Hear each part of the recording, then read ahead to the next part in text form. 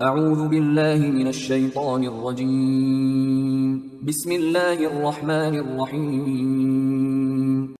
سورہ لقمان آیات نمبر 12 تا 19 میں لقمان کی اپنے بیٹے کو نصیحت کی تفصیل۔ لقمان کی حکمت پر اہل عرب فخر کیا کرتے تھے۔ اس نصیحت سے انہیں یہ بتانا مقصود ہے کہ لقمان کی اصل تعلیم بھی وہی تھی جو آج قرآن کے ذریعے پیش کی جا رہی ہے۔ اعوذ باللہ من الشیطان الرجیم وَلَقَدْ آتَيْنَا لُقْمَانَ الْحِكْمَةَ أَنِ اشْكُرْ لِلَّهِ، اور بلا شبہ ہم نے لقمان کو حکمت و دانائی عطا کی تھی اور حکم دیا تھا کہ اللہ کا شکر ادا کرتا رہے۔ وَمَن يَشْكُرْ فَإِنَّمَا يَشْكُرُ لِنَفْسِهِ وَمَن كَفَرَ فَإِنَّ اللَّهَ غَنِيٌّ حَمِيدٌ۔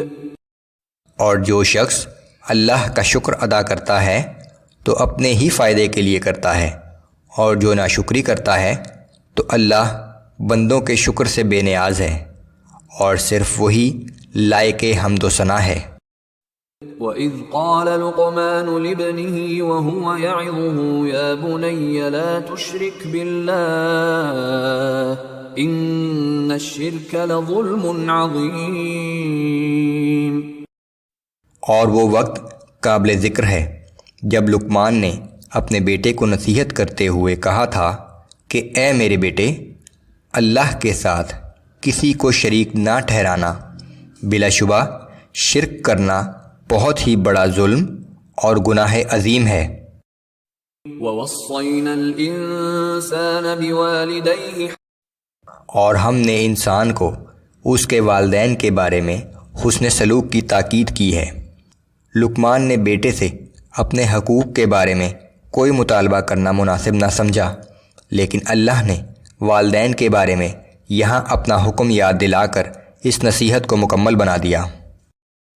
حملته أمه وهنا على وهن وفصاله في عامين أن اشكر لي ولوالديك إلي المصير۔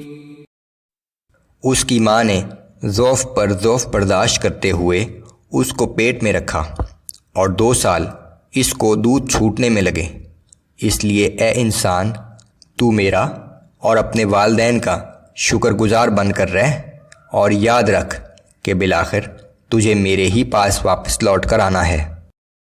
وَإِن جَاهَدَاكَ عَلَىٰ أَن تُشْرِكَ بِي مَا لَيْسَ لَكَ بِهِ عِلْمٌ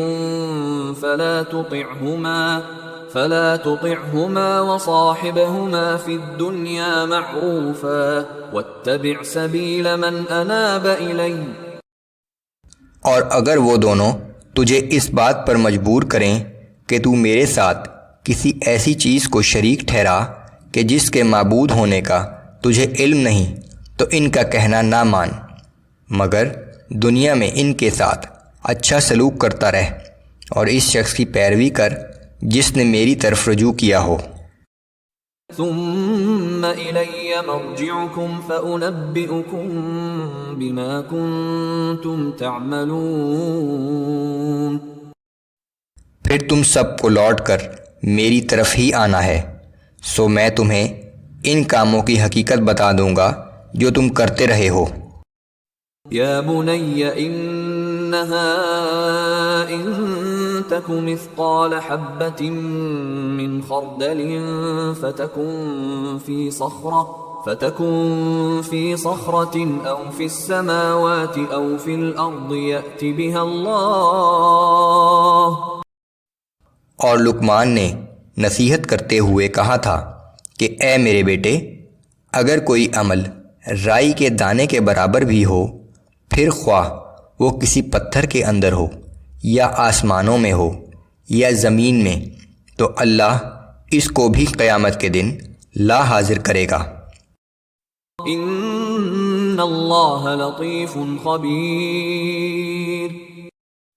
بلا شبہ اللہ بہت باریک بین اور ہر چیز سے باخبر ہے۔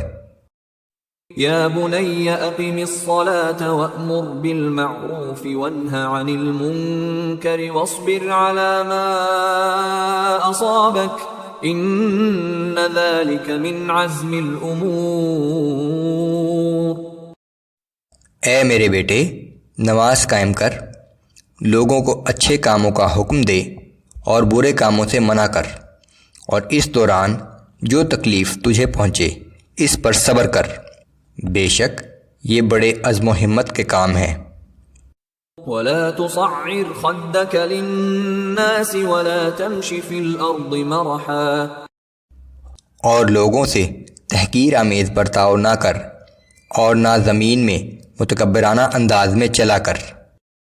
ان اللہ لا يحب كل مختال فخور، بے شک اللہ کسی خود پسند اور فخر کرنے والے شخص کو پسند نہیں کرتا۔ وقصد في مشيك واغضض من صوتك ان انكر الاصوات لصوت الحمير، اور اپنی چال میں میانہ روی اختیار کر اور اپنی آواز کو پست رکھ، بلا شبہ آوازوں میں سب سے بری گدھے کی آواز ہے۔